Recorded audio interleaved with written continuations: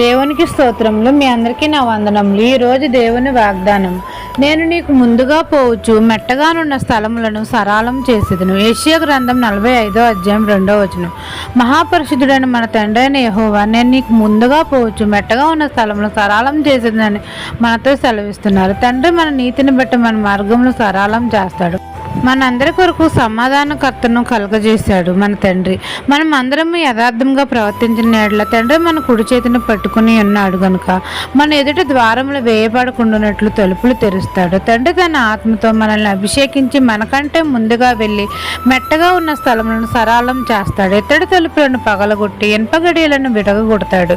మార్గంలో కాపాడుటకు తన దూతలకు ఆజ్ఞాపిస్తాడు. మన తండ్రి మన మార్గములను సరాలం చేసి ఇరుకులో విశాలతను కలగజేస్తాడు. రాయి కూడా తగలకుండా మనల్ని ఎత్తి పట్టుకుంటాడు. మన సరిహద్దుల్లో సమాధానం కలగజేస్తాడు. ఈ దిన వాగ్దానం మీ నా జీవితంలో నెరవేరాలని కోరుకుంటూ దేవుని సువార్త పరిచర్యలో మీ సహోదరి. ఆమెన్.